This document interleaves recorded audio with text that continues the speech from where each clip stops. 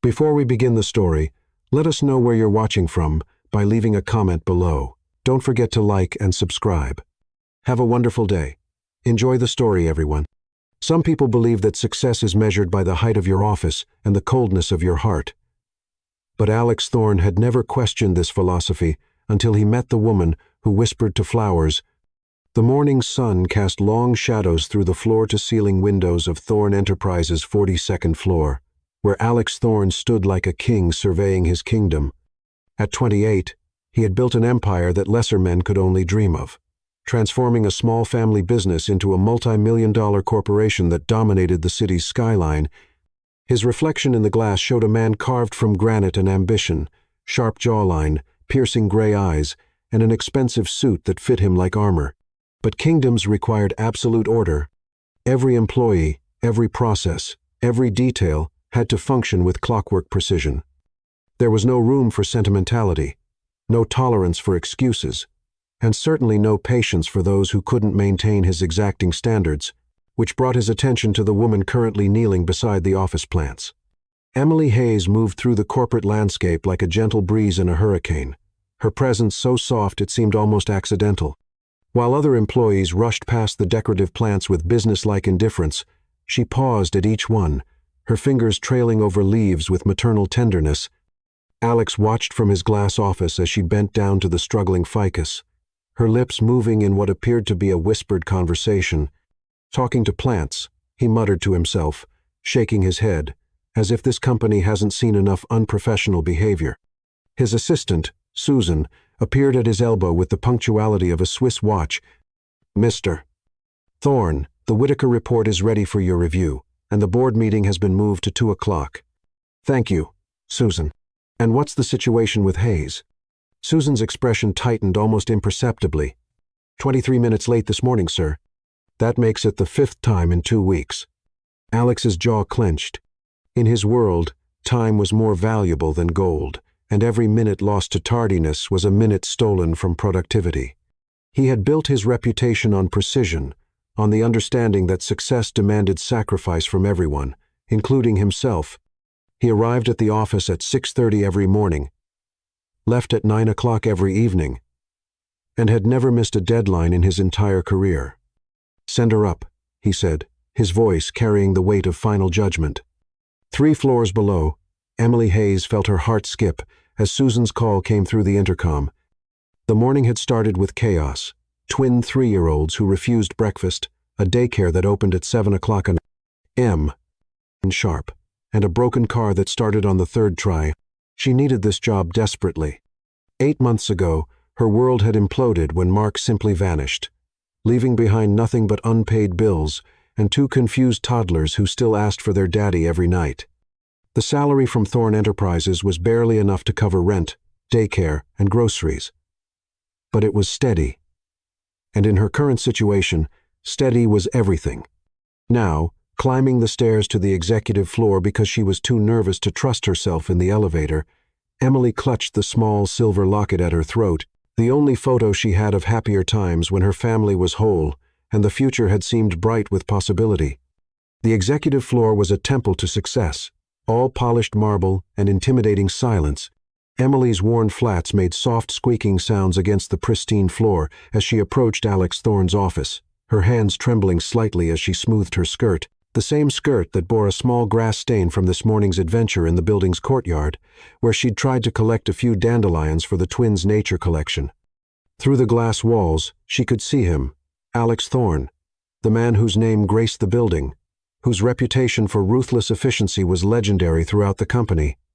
He sat behind his desk like a judge, preparing to deliver a verdict, his expensive suit immaculate, his expression unreadable. "Come in," his voice carried through the intercom, and Emily's heart hammered against her ribs. The office was a study in masculine power: dark wood, leather chairs, and awards that gleamed like trophies from a successful hunt. Alex didn't look up immediately. His attention focused on the papers spread across his desk with the intensity of a general studying battle plans. "Miss Hayes," he finally said, his voice carrying the chill of a winter morning, "please sit down." Emily perched on the edge of the leather chair, her hands folded in her lap to hide their shaking. Up close, Alex Thorne was even more intimidating. His presence filled the room like a storm cloud, all sharp angles and barely contained power. But there was something else, something she couldn't quite name, that flickered behind his steel-gray eyes. "I'm sure you know why you're here," he continued, finally looking up to meet her gaze. "Your punctuality, or rather your consistent lack thereof, has become a significant problem. Mr. Thorne, I can explain." "Can you?" He leaned back in his chair, his expression unchanged. "Can you explain why in the past 2 weeks alone you've been late 5 times? Can you explain why your personal difficulties consistently interfere with your professional obligations?" Emily felt heat rise in her cheeks. "I'm doing my best, sir. I know I've been struggling with the schedule, but nothing." Alex's voice cut through her explanation like a blade. "This is a business, Miss Hayes, not a charity organization. We have deadlines, commitments, and expectations. When you're late, it affects everyone around you." What he didn't say, what he couldn't say, was that her tardiness bothered him for reasons he couldn't quite articulate. There was something about Emily Hayes that unsettled his carefully ordered world, the way she moved through the office with such gentleness, the way she treated the plants like living things deserving of care, the way she smiled at the security guard every morning despite her obvious stress. It all felt like a crack in the armor of his perfectly controlled environment. "I understand, Mr. Thorne," Emily said softly, her voice barely above a whisper. "I know I've been disappointing you.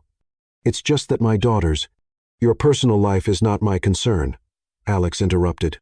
But even as he said it, something twisted uncomfortably in his chest.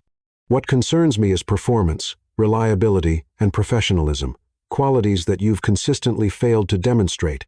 Emily's hand moved instinctively to the locket at her throat, her fingers tracing the worn silver surface. Inside was a photo of better times. Herself, Mark, and the twins when they were barely walking, all of them laughing at some long-forgotten joke before the abandonment, before the sleepless nights, and the constant worry about money, before she'd learned that love wasn't always enough to keep a family together. "I'm trying, Mr. Thorne," she said, her voice breaking slightly. "I know I'm not perfect, but I'm trying so hard." For a moment, something flickered across Alex's fascia, shadow of uncertainty, perhaps even sympathy, but it was gone so quickly that Emily wondered if she'd imagined it. "Trying isn't enough," he said finally, his voice returning to its previous coldness. "This is your final warning, Miss Hayes. One more instance of tardiness, and your employment with Thorne Enterprises will be terminated. Do I make myself clear?" Emily nodded, not trusting her voice to remain steady. She stood on shaking legs, smoothing her skirt once more, and turned toward the door. "Miss Hayes," Alex's voice stopped her at the threshold. She turned back, hope flickering in her eyes. "Don't let me down." As she left his office, Alex remained seated at his desk, staring at the space where she'd been. Something about her desperation, her quiet dignity despite his harsh words, had stirred something in his chest that he'd thought long buried. He shook his head, dismissing the feeling as momentary weakness, but as he watched her walk away through the glass walls, her shoulders squared, despite her obvious distress, he couldn't shake the image of her kneeling beside the office plants, whispering to them like trusted confidants who understood her secrets. What he didn't know was that tomorrow would bring a storm that would change everything, and that the woman who whispered to flowers would soon teach him the difference between success and happiness, between control and compassion, between the man he was and the man he was meant to become. Chapter 2. When Thunder Meets Lightning. The storm arrived without warning, like heartbreak on a Tuesday morning, bringing the kind of reckoning that changes everything in a single heartbeat. Dark clouds had gathered over the city since dawn, casting shadows through Thorne Enterprises' windows and filling the air with electric tension. Alex Thorne stood in his office, watching the sky darken, his mood matching the ominous weather. 3 days had passed since his final warning to Emily Hayes, and this morning, when the Whitaker Industries executives were arriving for the quarter's most important presentation, she was nowhere to be found. 27 minutes past 9 o'clock, and her desk remained empty. "Susan!" Alex's voice carried the sharp edge of barely controlled fury as he pressed the intercom button. "Where is Hayes? I haven't seen her yet, Mr. Thorne." came the careful reply. Shall I try calling her? Alex's jaw tightened as he stared out at the storm clouds. The Whitaker deal was worth $12 million, and every detail of this morning's presentation had been planned with military precision. The conference room was prepared, the catering arranged, and the presentation materials meticulously organized. Everything was perfect except for one glaring absence. Don't bother, he said, his voice cold as winter steel. Send word to HR. We'll be having a termination meeting as soon as Miss Hayes decides to grace us with her presence. What Alex didn't know was that Emily Hayes was sitting in her broken-down car 3 blocks away, her forehead pressed against the steering wheel as tears of frustration streamed down her face. The car had died completely, not just the reluctant starting of recent mornings, but total mechanical failure. The mechanic had warned her last week that the engine was living on borrowed time, but she'd hoped it would last just a little longer. Last night had been a nightmare. Sophie had spiked a fever that reached 102 degrees, and Emily had spent the dark hours applying cool cloths and whispering prayers, while Lily slept fitfully on the couch. By 7 o'clock, Sophie's fever had broken, but Lily had woken up with the same telltale flush of illness: 2 sick toddlers, a dead car, and a job she couldn't afford to lose. It felt like the universe was conspiring against her. The taxi ride to work had eaten up her lunch money for the rest of the week, and she'd arrived knowing she was walking into disaster, but she'd hoped that Mr. Thorne might understand, that the man who'd shown that brief flicker of something softer might find it in his heart to give her one more chance. Those hopes died the moment she stepped off the elevator and saw Susan's expression. "Miss Hayes," Susan said, her voice carrying the weight of an execution announcement. "Mr. Thorne needs to see you immediately. Conference Room B." The walk to Conference Room B felt like walking to her own funeral. Emily's legs trembled with each step, her heart pounding so hard she was certain everyone could hear it. Through the glass walls, she could see Alex pacing like a caged lion, his expression thunderous. The presentation materials were spread across the conference table like evidence in a criminal trial, and she realized with sinking horror that this was about more than just her tardiness. The Whitaker presentation, the most important meeting of the quarter, and she was supposed to have prepared the final binding for the documents. "Come in." Alex's voice cut through the glass like a blade, and Emily stepped into what felt like the center of a storm. The conference room was a temple to corporate power: mahogany table, leather chairs, and a view that spoke of success and achievement. Alex stood at the head of the table, his expensive suit immaculate despite the early hour, his piercing gray eyes fixed on her with the intensity of a judge delivering a verdict. "Miss Hayes," he began, his voice carrying cold finality. "Do you have any idea what time it is?" "I'm sorry, Mr. Thorne," Emily whispered, her voice barely audible above the sound of her own heartbeat. "I know I'm late, but if you could just let me explain." "Explain." Alex's laugh was sharp and bitter. "You want to explain why you've missed the most important presentation of the quarter. You want to explain why the Whitaker executives are arriving in 30 minutes to find their documents incomplete because you couldn't be bothered to show up." Emily felt the blood drain from her face. "The binding? Oh God, I forgot about the binding. Mr. Thorne, please, I can fix this. I can—" "No." The word fell between them like a guillotine blade. "No, you can't fix this. Do you have any idea what this deal means to this company? $12 million? Miss Hayes. $12 million, and the professional reputation of everyone in this building." Thunder rumbled overhead, and the first drops of rain began to streak the windows.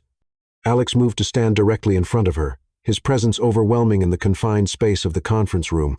"I gave you every opportunity," he continued, his voice growing colder with each word. "I gave you warnings, chances, and more patience than I've ever shown any employee. And this is how you repay that consideration? By sabotaging the most important presentation of the year?" "I didn't sabotage anything," Emily said, her voice breaking. "My daughters were sick, and my car broke down. And I—" "Your daughters?" Alex's voice carried a mixture of contempt and disbelief. "Always your daughters. Always some excuse about your personal life, interfering with your professional obligations. Let me make something perfectly clear, Miss Hayes. This is a business, not a daycare center." The words hit Emily like physical blows. She thought of Lily and Sophie, still feverish and confused, asking for their mama as she'd left them with the neighbor. She thought of the bills piling up on her kitchen counter, the empty refrigerator, the notice from the landlord that was already 3 days overdue. "Please," she whispered, her voice barely audible. "Please don't do this. I need this job. I know I've made mistakes, but I'm trying so hard. I just need one more chance." "One more chance?" Alex's laugh was harsh and bitter. "I've given you nothing but chances. What you need is a reality check about responsibility and priorities." Lightning flashed outside, illuminating the conference room in stark, dramatic relief. In that moment, Emily saw something flicker across Alex's fascia, shadow of doubt, perhaps even regret, but it was gone so quickly she wondered if she'd imagined it. "Your employment with Thorne Enterprises is terminated, effective immediately," Alex said, his voice carrying the finality of a death sentence. "Security will escort you to collect your personal belongings." The folder in Emily's hands slipped from her trembling fingers, sending papers scattering across the polished conference table like fallen leaves. The sound seemed to echo in the sudden silence, broken only by the increasing intensity of the storm outside. "No," she breathed, the word barely a whisper. "No, please, Mr. Thorne. I'm begging you. I have 2 little girls who depend on me. I don't have anywhere else to go." Something twisted in Alex's chest at the desperation in her voice, but he forced himself to remain unmoved. Success required hard decisions, and he'd built his empire on the foundation of unwavering discipline. "That's not my problem," he said, though the words tasted like ash in his mouth. Emily's legs gave out, and she sank to her knees on the cold marble floor. The tears she'd been holding back for weeks finally broke free in a torrent of grief and terror. "Please," she sobbed, her hands pressed against the floor as if she could somehow anchor herself to this life she was losing. "Please don't take this away from me. I have nothing else. They have nothing else." Alex stood frozen, watching this woman, this strong, gentle woman who whispered to plants and smiled at security guards, completely broken before him. Her tears fell like rain on the pristine floor, each drop a testament to his own cruelty. "I'm sorry," she whispered, her voice breaking on every word. "I'm so sorry for disappointing you. I'm sorry for being late, for being a burden, for not being strong enough. But please, I'm begging you, don't take away the only thing standing between my daughters and—" "Enough."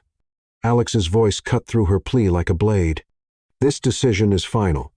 Security will be here in 5 minutes." He turned away from her, his hands clasped behind his back as he stared out at the storm. The thunder was growing louder now, and the rain was beginning to fall in earnest, streaming down the windows like tears from heaven. Behind him, Emily slowly pulled herself to her feet, her movements mechanical and defeated. She bent to gather the scattered papers, her hands shaking so badly she could barely grasp them. The sound of her quiet crying filled the room, mixing with the thunder outside. "I hope you can live with yourself," she whispered as she reached the door. "I hope you can sleep at night knowing what you've done." Alex didn't turn around, didn't acknowledge her words, but they hit him like physical blows. He remained standing at the window, his reflection ghost-like in the storm-darkened glass, until the sound of her footsteps faded away. Only then did he allow himself to close his eyes, to feel the weight of what he'd done. But it was too late. The storm had already begun, and some things, once broken, could never be put back together. Chapter 3. The Secret Garden of Her Heart.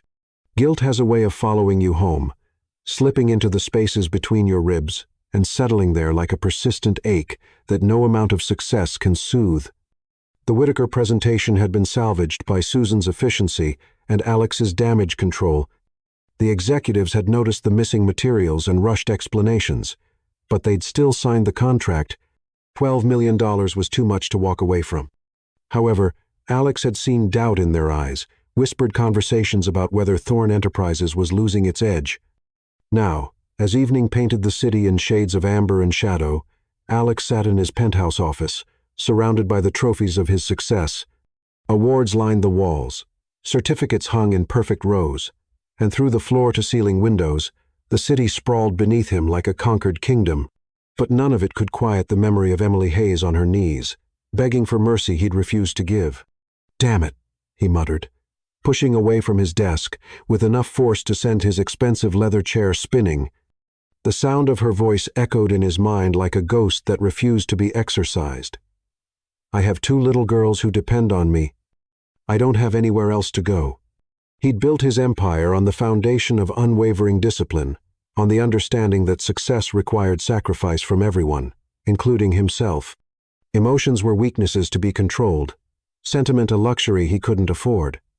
Every decision had to be made with cold, calculating logic, and Emily Hayes had been a liability he couldn't continue to carry. So why did he feel like he'd just committed murder?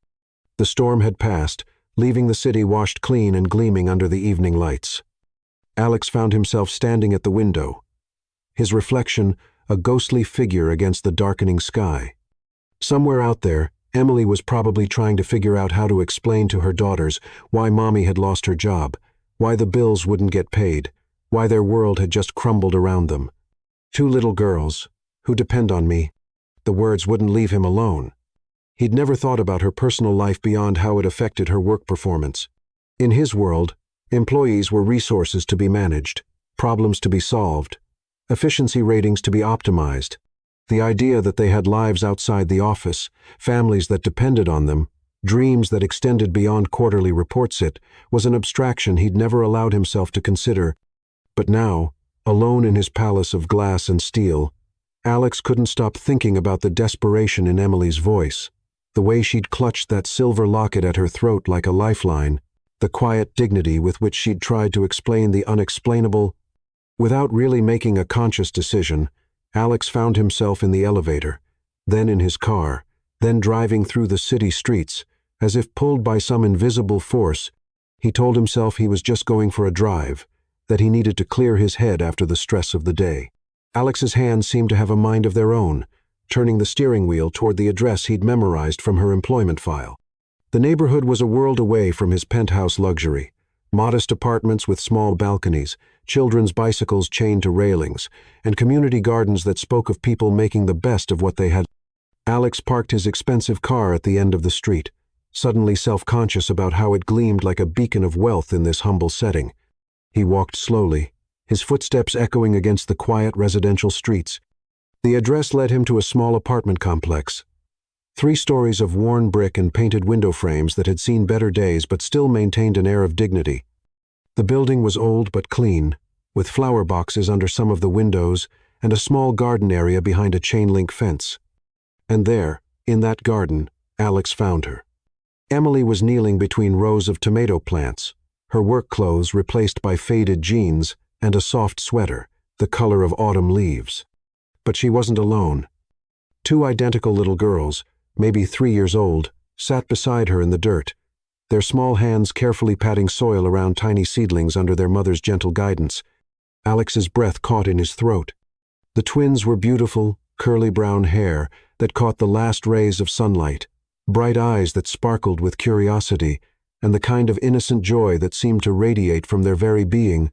Gentle hands, Lily, Emily was saying, her voice carrying the patient love of a mother who'd repeated the same instruction 1,000 times. "The little plants need us to be careful with them." "Like this, Mama?" the little girl asked, her tongue poking out in concentration as she tried to copy her mother's movements. "Perfect, sweetheart. And Sophie, see how we give them just a little water, not too much, or they'll get sick." Alex watched, transfixed, as Emily demonstrated the proper way to water the seedlings. Her movements were sure and confident here, in stark contrast to the nervous woman who'd trembled in his office. This was her element, her sanctuary, where she could be the expert teaching her children about life and growth and the patience required to nurture something beautiful. "Mama, sing the growing song," Sophie requested, clapping her dirt-covered hands together. Emily's laugh was like music, warm and genuine, and completely different from the strained politeness she'd shown at the office. "The growing song? But we just sang it yesterday." "Please, Mama." "The plants like it," Lily added, her eyes bright with conviction. "Oh, well, if the plants like it," Emily said, her voice filled with the kind of love that made Alex's chest ache with an unfamiliar longing. "But only if you help me." She began to sing in a voice that was surprisingly lovely, soft and melodic, like a lullaby made for garden afternoons. The words were simple, something about sunshine and rain and the magic of growing things, but there was something achingly beautiful about watching her sing to her daughters while her hands worked the soil. The twins joined in with their high, sweet voices, stumbling over some of the words but singing with such enthusiasm that Alex found himself smiling despite everything. This was what he'd taken from them, not just a job, but the security that allowed for moments like this, the peace of mind that let a mother sing silly songs with her children without worrying about tomorrow. "Why did Daddy leave us, Mama?" Sophie asked suddenly, her small voice cutting through the evening air. Emily's singing stopped abruptly, and Alex watched her face crumple for just a moment before she composed herself. She set down her watering can and pulled both girls into her arms, holding them close. "I don't know, baby," she whispered, her voice thick with unshed tears. "Sometimes grown-ups make choices that don't make sense. But I want you to know that it wasn't because of anything you did, okay? You two are perfect and beautiful and the best things that ever happened to me. Are you going to leave us, too?" Lily asked, her voice so small. It was barely audible. "Never," Emily said fiercely, pressing kisses to the tops of their heads. "I will never ever leave you, not for anything in the whole world. We're going to be okay. I promise, Mama's going to find a way to take care of us." Alex felt something break inside his chest. He'd been so focused on her professional shortcomings that he'd never stopped to consider the weight she was carrying. She wasn't just an employee who couldn't manage her time. She was a woman abandoned by the man who'd promised to love her forever, left to raise two small children alone while battling her own grief and terror. "I'm scared, Mama," Sophie whispered. "I know, sweetheart. I'm scared too sometimes. But you know what? We have each other, and we have our garden, and we have love. And love is the strongest thing in the whole world. It's stronger than scary things, stronger than sad things, stronger than anything that tries to hurt us." The twins seemed to accept this wisdom with the faith that only children possess. They snuggled closer to their mother, their earlier worry forgotten in the security of her embrace. "Can we stay out here a little longer?" Lily asked. "The flowers aren't done talking to us yet." Emily laughed, and Alex could hear the tears she was fighting back. "Of course we can, baby. But then we need to go inside for dinner and baths and story time. Will you tell us about the princess who could talk to animals?" Sophie asked hopefully. "I think I can manage that," Emily said, settling more comfortably on the ground as the twins curled up against her sides like puppies seeking warmth. Alex watched them for another few minutes, this little family that had found ways to create joy despite their circumstances. Emily's voice rose and fell as she told some elaborate story about a princess and her animal friends, complete with different voices for each character. The twins giggled and asked questions and interrupted with their own additions to the tale. This was what he'd tried to destroy with his cold efficiency and unforgiving standards. This was what his $12 million presentation had cost not just Emily's job, but the security of two innocent children who'd already lost their father and now faced the terrifying prospect of losing their home, their stability, their mother's ability to provide for them. As the sun set completely and the garden was bathed in the soft glow of the apartment building's outdoor lights, Alex finally turned away. He walked back to his car in silence, his mind reeling with the weight of what he'd witnessed. Back in his penthouse, surrounded by the cold symbols of his success, Alex couldn't shake the image of Emily in the garden, singing to her daughters while teaching them about growth and patience and the magic of nurturing something beautiful. He'd spent his entire adult life building an empire, accumulating wealth and power and influence, but he'd never created anything as precious as the love he'd seen in that small garden. For the first time in his life, Alex Thorne wondered if he'd been measuring success by the wrong standards. And for the first time since he'd fired Emily Hayes, he began to understand the true magnitude of what he'd done. The woman who whispered to flowers wasn't weak or unprofessional. She was a warrior fighting battles he couldn't even imagine, and she'd been fighting them alone. The question now was whether it was too late to make things right, or if some wounds were too deep to heal. But as he sat in his empty office, staring out at the city lights, Alex made a decision that would change everything. He couldn't undo what he'd done, but maybe, just maybe, he could find a way to help them without her ever knowing it was him. Chapter 4. The guardian angel's dilemma. Sometimes redemption begins with a grocery bag left on a doorstep at dawn. And sometimes the hardest person to forgive is the one staring back at you from the mirror. Alex Thorne had never been a man who questioned his decisions, but for the past 3 days, sleep had become a stranger, and peace of mind a distant memory. Every time he closed his eyes, he saw Emily kneeling in that garden with her daughters, creating magic from dirt and seeds while singing away their fears.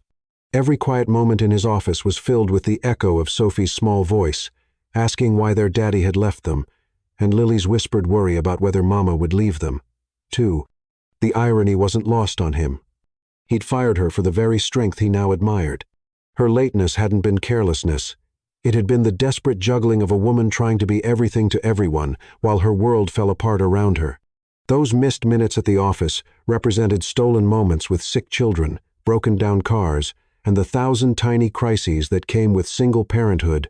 He'd spent 48 hours researching her situation with the same methodical thoroughness he applied to business acquisitions. Mark Hayes had been a construction worker, married to Emily for 4 years before he simply vanished 8 months ago. No divorce papers filed, no legal separation, just a man who walked out one morning and never came back. The bank records Alex's private investigator had accessed showed Mark had emptied their joint savings account the day he left, $2,847 that had been meant for the twins' college funds.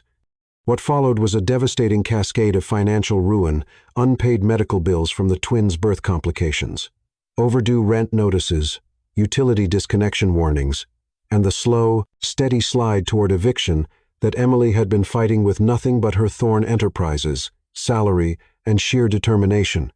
And now she didn't even have that. The first delivery had taken Alex 20 minutes to orchestrate and a lifetime of courage to execute. He'd filled a cart with everything a family with small children might need: fresh produce, organic milk, whole grain bread, and enough non-perishables to last weeks. He'd added children's vitamins and all the small necessities that stretched tight budgets beyond their limits. The delivery service was simple, a courier company specializing in anonymous gifts. The card was deliberately vague. For the little gardeners and their beautiful mama. Someone believes in your strength. Alex had positioned himself across the street in his car at 7:30, watching Emily's apartment building with the intensity of a man waiting for a verdict on his own soul. When she emerged for what he assumed was another job interview, she was dressed in her best clothes. Though he could see the careful mending on her skirt and worn spots on her shoes, she nearly tripped over the bags waiting by her door. Through his telephoto lens, Alex watched her face cycle through confusion, suspicion, and finally overwhelming relief. She'd sat down right there on her doorstep, surrounded by groceries, and cried with the kind of desperate gratitude that made Alex's chest ache with remorse. The twins had emerged moments later, still in their pajamas, and their delighted squeals over the fresh strawberries had carried across the quiet morning air. That was the beginning. Over the next week, Alex became a student of their lives, learning their routines with the dedication of a man trying to atone for unforgivable sins. He discovered that Emily walked the twins to a neighborhood daycare every morning at 7:15, her old car having finally died completely. The walk was nearly 2 miles each way, which meant she was spending 4 hours daily just getting her daughters to and from childcare. He learned that she'd taken a job at a local diner, working breakfast and lunch shifts for minimum wage plus tips. She picked up the twins at 4 o'clock, brought them home for dinner and playtime, then worked until midnight doing freelance data entry on an ancient laptop. The packages began appearing with clockwork regularity, children's clothes in exact sizes delivered with tags reading, "Every princess deserves to sparkle," educational toys that would help with development, accompanied by notes saying, "For growing minds and curious hearts," art supplies, books, puzzles, everything carefully chosen to enrich their lives. Alex researched child development with the same intensity he'd once applied to hostile takeovers. He learned about the importance of routine for children who'd experienced trauma, about how financial stress could impact a parent's ability to provide emotional stability. The knowledge made his actions feel both more necessary and more inadequate. How could a few anonymous gifts begin to heal the damage that Mark's abandonment had caused? How could groceries and toys address the fundamental insecurity that haunted Emily's days and invaded her dreams? But the gift seemed to help, at least a little. Alex watched from his carefully maintained distance as Emily's posture gradually straightened, as the constant worry lines around her eyes began to ease slightly. The twins were thriving. He could see them growing stronger and more confident during their daily walks to daycare, their laughter ringing out more frequently as they played in the small garden behind their building. The most meaningful delivery had been the third one, a care package that included not just necessities, but small luxuries. Good coffee for Emily, whose exhaustion was written in every line of her face, bath bombs that would help her relax during the few precious minutes she had to herself, a bottle of the lavender lotion he'd seen her admiring in the pharmacy, where she filled the twins' prescriptions, but never bought anything for herself. The note with that package had been different, more personal. Self-care isn't selfish. You deserve kindness, especially from yourself. Alex had watched her read that note 3 times, sitting on her apartment steps while the twins played with the new sidewalk chalk he'd included. She'd pressed the paper to her chest and closed her eyes, and for a moment, he'd seen some of the weight lift from her shoulders. But it wasn't enough. It would never be enough to truly make up for what he'd done to her. To them, the anonymous gifts were band-aids on a wound that required surgery, temporary relief for a problem that demanded permanent solutions. The breaking point came during week 2 of his guardian angel routine. Alex had been watching Emily serve coffee to truckers and construction workers with the same gentle grace she'd shown the office plants. She looked exhausted in a way sleep couldn't fix. An older man at the counter was giving her trouble, complaining loudly about everything from his coffee temperature to service speed. Alex watched Emily's shoulders tense, watched her hands tremble as she refilled the man's cup for the 3rd time, watched her bite back whatever response she wanted to give because she couldn't afford to lose this job, too. "Listen here, sweetheart," the man was saying, loud enough for Alex to hear through the diner's open windows. "I don't know what your problem is, but when I order eggs over easy, I mean over easy. Not this rubber garbage you keep bringing me." "I'm so sorry, sir," Emily replied, her voice steady despite the humiliation. "Let me get you a fresh plate right away." "You better, and this time try to remember that some of us have real jobs to get to. We can't all afford to waste time standing around looking pretty." Alex's hands clenched into fists as he watched Emily's face flush with embarrassment. She'd endured enough from Mark's abandonment, from his own cruelty, from a world that seemed determined to punish her for the crime of being vulnerable. Watching her suffer through yet another humiliation, while she tried desperately to support her children, was more than he could bear. That night, he made a decision that would change everything. The next morning brought the largest delivery yet, a week's worth of groceries, new clothes for all 3 of them, educational materials for the twins, and an envelope containing enough cash to cover their rent for 2 months.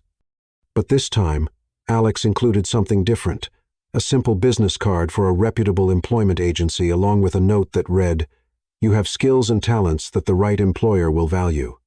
You deserve better than survival. You deserve success." He'd also made some calls, using his influence to ensure that when Emily contacted the agency, she'd find opportunities that matched her abilities, and her needs nothing that could be traced back to him, but enough to give her a real chance at rebuilding her life.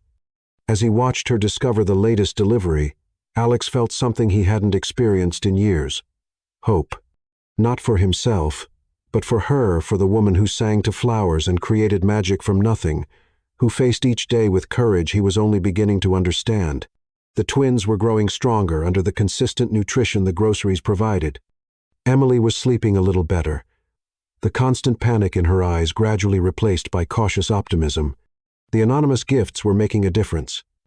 But Alex knew they were just the beginning. He couldn't undo his cruelty, couldn't take back the harsh words or erase the humiliation he'd caused her. But maybe, just maybe, he could find a way to help her build something better, something that would give her children the security they deserved and give her the recognition her strength had earned. The guardian angel routine was working, but Alex was beginning to realize that what Emily really needed wasn't charity. She needed justice. She needed the world to see what he'd finally learned to see. That she wasn't weak or unreliable. She was extraordinary, and perhaps if he was very careful and very lucky, he might find a way to give her that recognition without destroying the fragile progress they'd all made. The woman who whispered to flowers deserved to have the whole world listen. Alex was determined to make sure they did. Chapter 5. Coffee, Cookies, and Innocent Hearts. Courage, Alex Thorne discovered, could be found in the most unlikely places, like a bouquet of sunflowers purchased from a street vendor and the terrifying prospect of knocking on a door you had no right to approach. 3 weeks had passed since he'd become Emily's anonymous benefactor. 3 weeks of watching from afar as his carefully orchestrated gifts helped ease the worst of her financial distress. The employment agency had done their job perfectly. Emily now had interviews lined up with 3 different companies, all of whom had been subtly encouraged to value her unique combination of skills, reliability, and grace under pressure.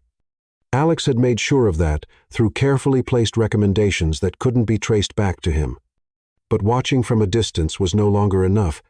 The more he learned about Emily and her daughters, the more he found himself thinking about them during board meetings, during business dinners, during the long, empty hours in his penthouse, when success felt more like a prison than an achievement.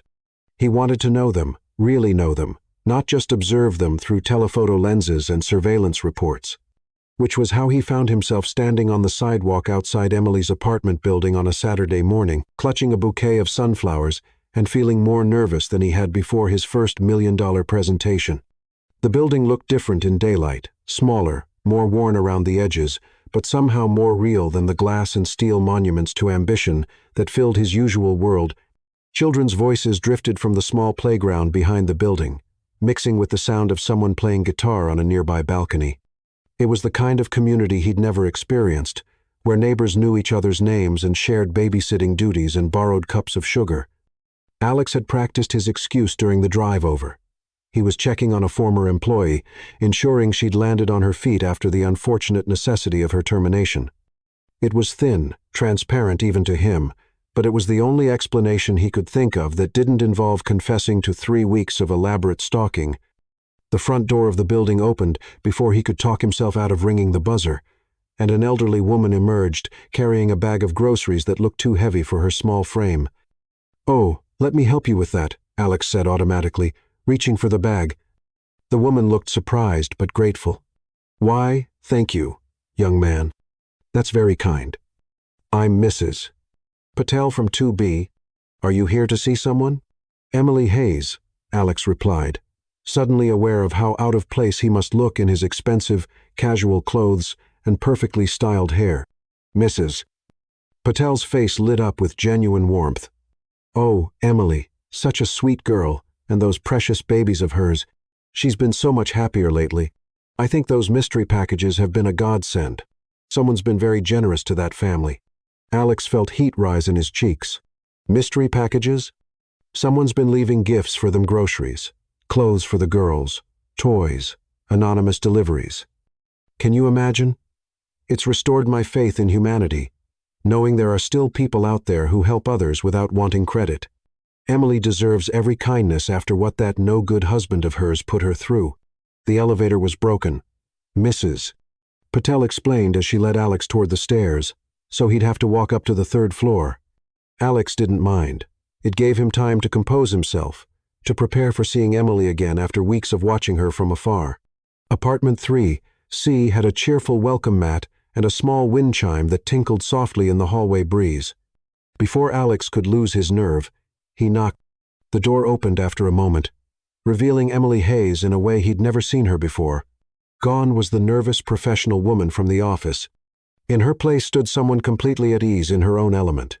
She wore faded jeans and a soft yellow sweater that brought out the gold flecks in her brown eyes, her hair pulled back in a casual ponytail that somehow made her look both younger and more beautiful than he remembered. "Mr. Thorne."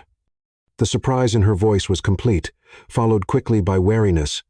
"What are you doing here?" Before Alex could answer, 2 small voices piped up from behind her legs. "Mama, who is it?"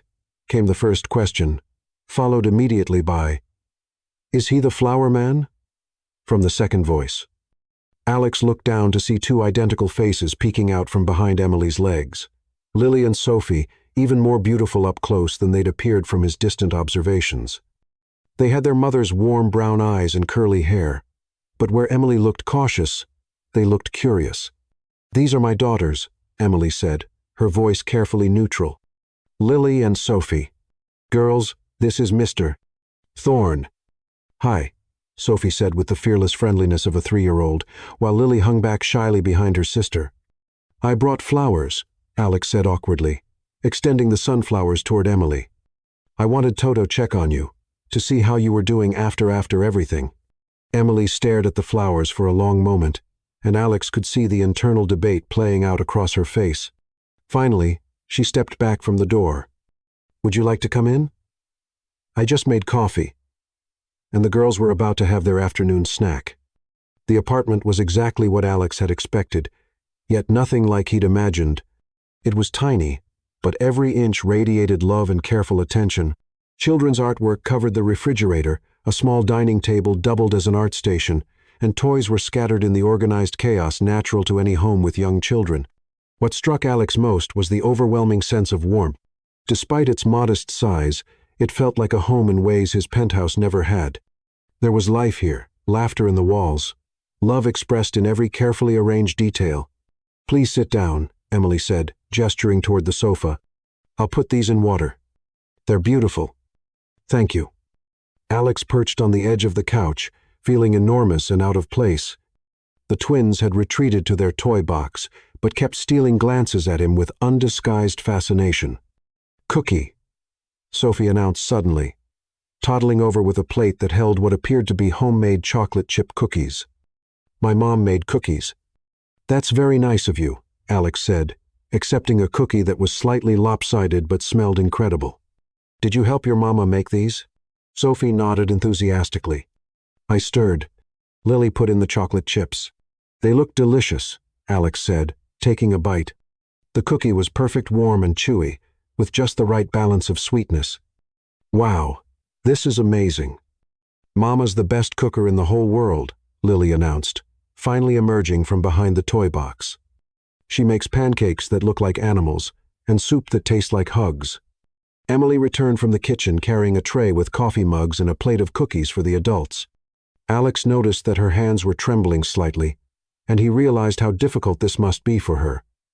Having the man who'd fired her sitting in her living room, sharing coffee and cookies as if they were old friends. Thank you, he said as she handed him a mug. The coffee was rich and perfectly brewed, served in a chipped ceramic mug that bore the words, World's Greatest Mom in fading letters. You said you wanted to check on us, Emily said, settling into the chair across from him. May I ask why? Alex took a sip of coffee, buying himself time to formulate an answer that wasn't a complete lie. I've been thinking about the way I handled your termination. It was harsher than it needed to be.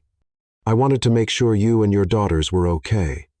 We're fine, Emily said quickly, though Alex could hear the defensive edge in her voice. I've been managing. The girls are healthy and happy, and I have some promising job interviews lined up. I'm glad to hear that, Alex said, and meant it. You deserve to find an employer who values what you bring to the table. Sophie had been watching this exchange with the unself-conscious attention of a child, and now she climbed onto the couch beside Alex with the confidence of someone who'd never met a stranger. Vote up, she demanded, raising her arms toward him. Sophie? No, Emily said quickly. Mr. Thorne is a guest. You can't. It's fine, Alex interrupted, surprised by how much he wanted to hold the little girl. Really, it's okay.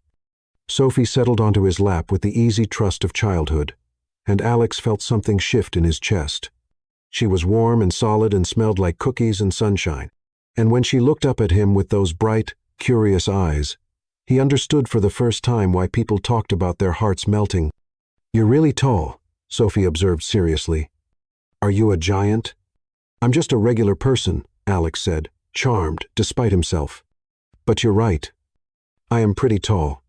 Lily's scared of tall people, Sophie confided in a stage whisper, but I told her you have nice eyes, so it's okay. Alex looked over at Lily, who was still hovering near the toy box but watching him with growing interest. What do you think, Lily? Are my eyes nice enough to make up for being tall? Lily giggled and nodded shyly. They're like the sky when it's not raining. The innocence of the comment hit Alex like a physical blow. When was the last time someone had seen anything good in him without considering his wealth or power or influence? When was the last time he'd been judged purely on the kindness in his eyes rather than the coldness of his business decisions? "That's a beautiful thing to say," he told her softly. "Thank you." For the next hour, Alex found himself drawn into the warm chaos of their afternoon routine.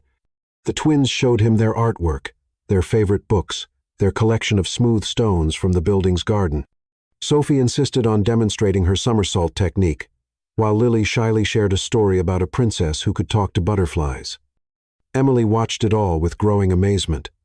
This man, this powerful, intimidating CEO who'd fired her with such cold efficiency, was sitting on her second-hand sofa, listening to her daughter's chatter with genuine interest and patience. "You're different," she said during a moment when the twins were distracted with their toys, "than I expected.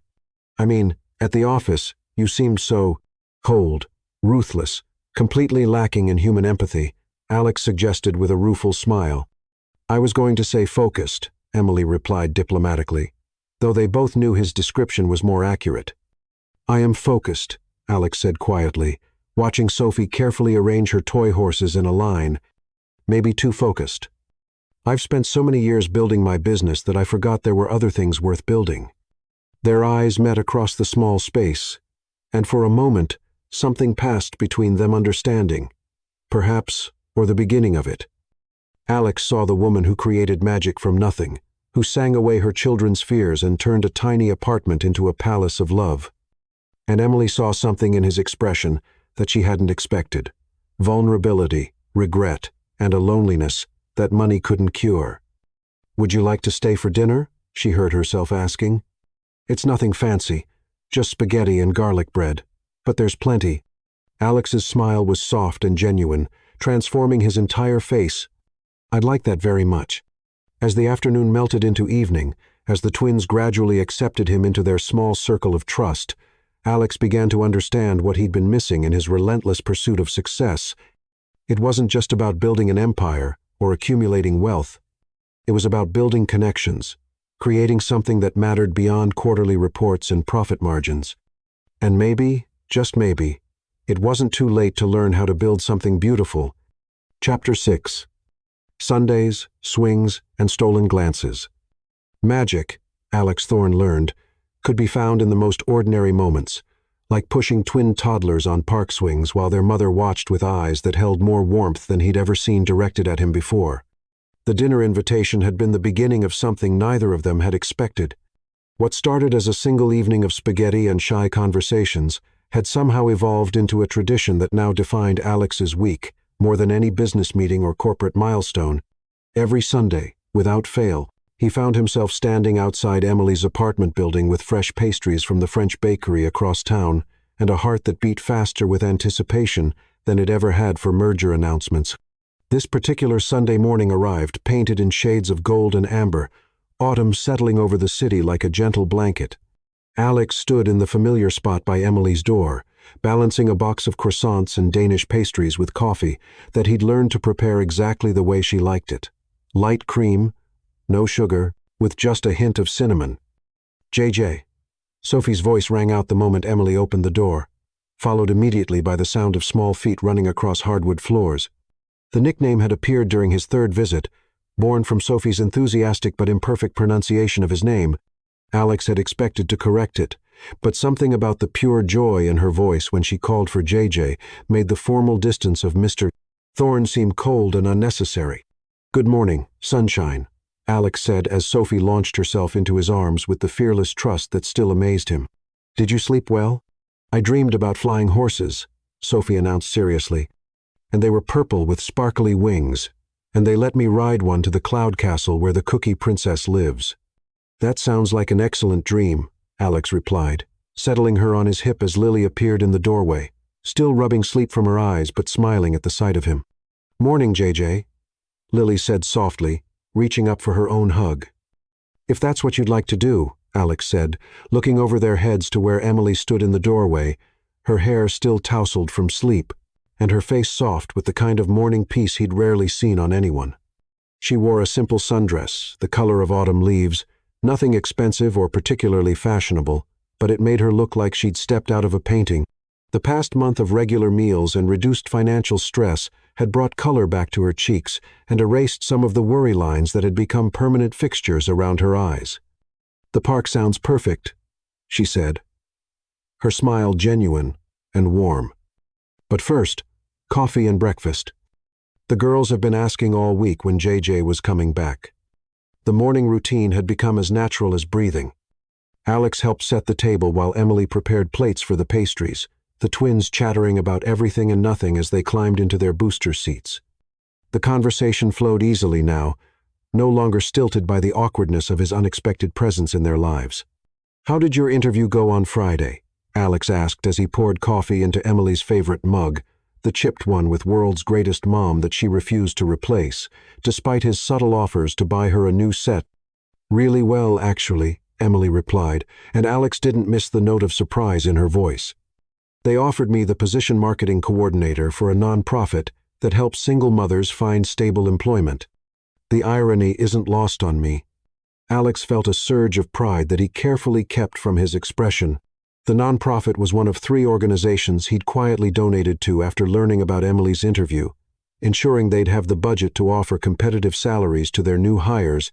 "That's wonderful," he said, meaning every word. "You'll be helping people who understand exactly what you've been through." "The salary is good too," Emily continued, her voice carrying a note of disbelief. "Better than what I was making at Thorne Enterprises, actually. I keep waiting for someone to tell me it's a mistake." It wasn't a mistake. Alex had made sure of that, but he couldn't tell her without revealing the extent of his involvement in her life. Instead, he reached across the small table and covered her hand with his. "You deserve this, Emily. You deserve recognition for your strength and your skills. Any employer would be lucky to have you." The contact sent electricity shooting up both their arms, and for a moment, the air between them seemed to shimmer with possibility. Emily's eyes widened slightly, her cheeks flushing pink, and Alex realized that somewhere between the pastry mornings and the bedtime stories, his feelings had shifted from guilt to something infinitely more complex and dangerous. "Can we go to the park now?" Sophie interrupted, oblivious to the charged moment between the adults. "I want to show JJ how high I can swing." The neighborhood park was a 15-minute walk through tree-lined streets where children played hopscotch and elderly couples tended gardens. Alex carried both twins on his shoulders, their giggles drawing smiles from neighbors who'd grown accustomed to seeing the businessmen who'd become part of the Hayes family's weekend routine. "Higher, JJ, higher," Sophie called from the swing as Alex gave her gentle pushes. "Be careful, sweetheart," Emily called from the bench where she sat with Lily. "I'm always careful with precious cargo," Alex replied, catching Emily's eye and holding her gaze long enough to see her breath catch. The morning passed in a blur of playground adventures. Alex found himself crawling through tunnel slides, helping steady small hands on monkey bars, and lifting both twins onto his shoulders for games of airplane that left them all breathless with laughter. But it was the quiet moments that affected him most. Sitting beside Emily on the bench, while the twins explored the sandbox, their shoulders touching just enough to send warmth spreading through his chest, watching her braid dandelion flowers into Sophie's hair while humming a tune he'd never heard, but somehow felt belonged in his soul. "You're good with them," Emily said during one of these stolen moments, her voice barely audible above the sound of children playing. "They adore you." "The feeling is mutual," Alex replied, watching Sophie attempt to teach Lily how to perform a cartwheel. "I never realized how much I was missing until I met them." "Until he met you?" The honesty of the statement surprised them both. Emily turned to study his profile, noting the way the afternoon sun brought out gold flecks in his gray eyes, the relaxed set of his shoulders that she never saw during their early encounters at the office. "What happened to you?" she asked quietly. "To make you so determined to keep everyone at a distance?" Alex was quiet for so long that Emily wondered if she'd overstepped some invisible boundary. When he finally spoke, his voice carried the weight of old wounds. "My father," he said simply. "He built Thorne Enterprises from nothing, and he believed that success required sacrifice, that emotional attachments were weaknesses that would destroy everything he'd worked for. I spent my childhood trying to earn his approval, and my adulthood trying to prove he was right." Alex looked at the twins, who had abandoned their cartwheel attempts in favor of building an elaborate sandcastle. "Now I think maybe he was wrong about what's worth sacrificing for." They settled into comfortable silence, watching the twins, and Alex was startled to realize he'd started thinking of Lily and Sophie as partly his, creating magic from sand and imagination. The autumn air was perfect, warm enough for comfortable sitting but cool enough to hint at the changing season. "Alex," Lily called from the sandbox, her voice carrying that particular note children use when they're about to make an important announcement. "We made you a castle. Come see." The castle was an architectural marvel by 3-year-old standards, a sprawling complex of towers and walls decorated with leaves and flowers, and what appeared to be several small stones arranged in patterns only the builders understood. "This is incredible," Alex said, crouching down to examine their work with the seriousness it deserved. "Is this where the Cookie Princess lives?" "No, silly," Sophie giggled. "This is where you live. The Cookie Princess lives in the Cloud Castle, remember? This is JJ's castle." "My castle?" Alex looked between the twins and their creation, something warm and unfamiliar blooming in his chest. "You built this for me?" "Uh-huh," Lily nodded solemnly. "Because you're part of our family now, and families build castles for each other." The casual declaration hit Alex like a physical blow. Part of their family. When had that happened?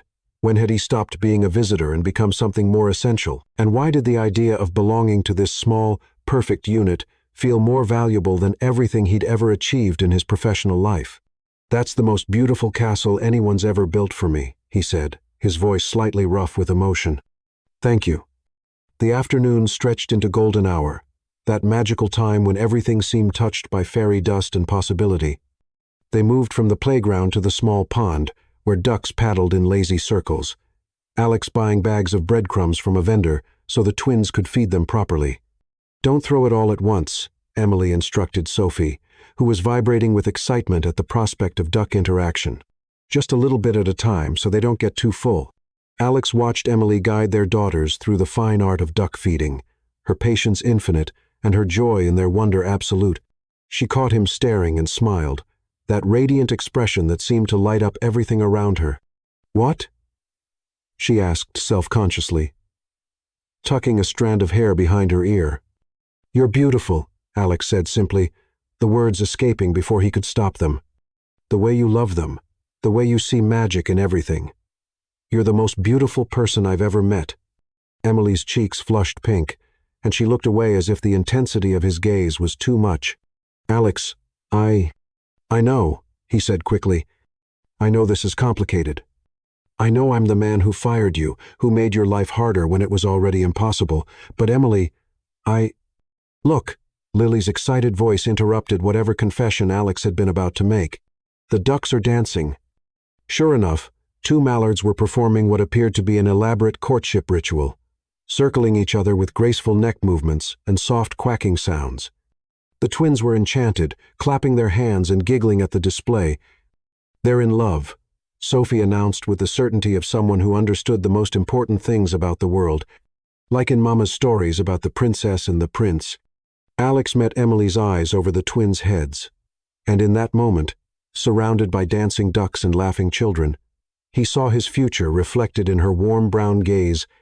It was a future that looked nothing like the cold success he'd always pursued, but it was more beautiful than anything he'd ever imagined.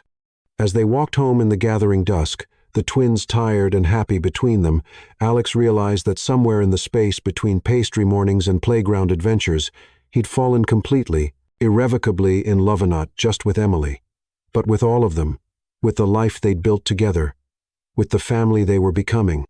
The question now was whether he had the courage to risk everything he'd built for the chance at something infinitely more valuable. But as Sophie slipped her small hand into his, and Lily leaned against his side, Alex began to think that maybe some risks were worth taking. Maybe love was the only success that truly mattered. Chapter 7. Dancing in the Rain. Sometimes the most perfect moments arrive disguised as disasters, and sometimes the storm that soaks you to the bone is exactly what you need to wash away everything that doesn't matter. The weather forecast had promised a beautiful Saturday, perfect for the extended park adventure Alex had planned. He'd prepared an elaborate picnic, gourmet sandwiches, fresh fruit, homemade cookies he'd attempted to bake himself, and sparkling cider in a proper wicker basket. "JJ's here," Sophie's voice carried through Emily's apartment the moment his knock sounded, followed by small feet racing across hardwood floors. When Emily opened the door, Alex felt his breath catch in his throat, the way it did every time he saw her. 6 weeks of regular meals and reduced stress had brought out a glow in her skin and a lightness in her step that made her look like she was lit from within. Today she wore a simple white sundress with tiny blue flowers, her hair loose around her shoulders, and her makeup subtle but perfect. But it was her expression that nearly brought him to his knees. Wonder, joy, and a love so pure and bright that it seemed to illuminate everything around her. "Someone's excited," she said, laughing as both twins attached themselves to Alex's legs like small, enthusiastic barnacles. "We're going on a big adventure," Lily announced, her usual shyness forgotten in her excitement. "Mama said we can play in the big park with the tall slides and feed the ducks," Sophie added, "and have a picnic like in the movies." Alex's heart did something complicated and wonderful as he looked down at their upturned faces. Somewhere in the past month and a half, these little girls had become the brightest part of his week. Their unconditional affection healing parts of him he hadn't even realized were broken. "That's right," he said, hefting the picnic basket higher on his arm. "We're going to have the best adventure ever. But first, I need to see if your mama is ready to come play with us." "I'm ready," Emily said, but Alex caught the slight uncertainty in her voice. This was their first real outing beyond the neighborhood park, their first time venturing into what felt like proper date territory, even with the twins as enthusiastic chaperones. The city's main park was a 20-minute drive across town, a sprawling green space with multiple playgrounds, walking trails, and a large pond where families often brought children to feed ducks and swans. Alex had chosen it specifically because it offered enough variety to keep the twins entertained for hours, but also because it had secluded picnic areas where he might find the courage to tell Emily how he felt about her. "Look at all the flowers," Sophie squealed as they walked through the park's entrance, her hand firmly clasped in Alex's, while Lily held her mother's hand on the other side. The park was in full autumn glory, maple trees painted in shades of gold and scarlet, flower beds still blooming with late-season chrysanthemums, and the kind of crisp air that made everything feel more vivid and alive. Other families were scattered across the green spaces, children running and playing while parents spread blankets and unpacked elaborate weekend feasts. "Where should we set up our picnic?" Alex asked, surveying the available spots with the strategic eye he usually reserved for business decisions. "There," Lily pointed toward a cluster of oak trees near the pond, where the shade would provide relief from the unexpectedly warm afternoon sun. Under the pretty trees, they spread the checkered blanket Alex had purchased specifically for this occasion, the twins immediately claiming corners and beginning to arrange their collection of small toys around the perimeter. Alex began unpacking the picnic with the careful attention of someone who wanted everything to be perfect, while Emily helped the girls settle in for their outdoor feast. "You really went all out," Emily said softly, watching him arrange gourmet sandwiches on actual plates instead of paper ones. "This is incredible, Alex." "I wanted it to be special," he replied, meeting her eyes with an intensity that made her cheeks flush pink. "You all deserve special." The picnic was a masterpiece of controlled chaos. The twins delighted in every part of the meal, from the fancy sandwiches to the sparkling cider that they were allowed to drink from real glasses, because this is a grown-up picnic. Alex found himself relaxing in ways he'd forgotten were possible, lying on his back on the blanket, while Sophie used his chest as a table for her apple slices, and Lily braided grass into elaborate patterns beside his head. "You're different here," Emily observed, settling beside him on the blanket with her own glass of cider. "More yourself, I think." "This is myself," Alex said, surprised by the truth of it. "I just forgot for a while. The man in the office, the one who fired you, that was someone I thought I had to be.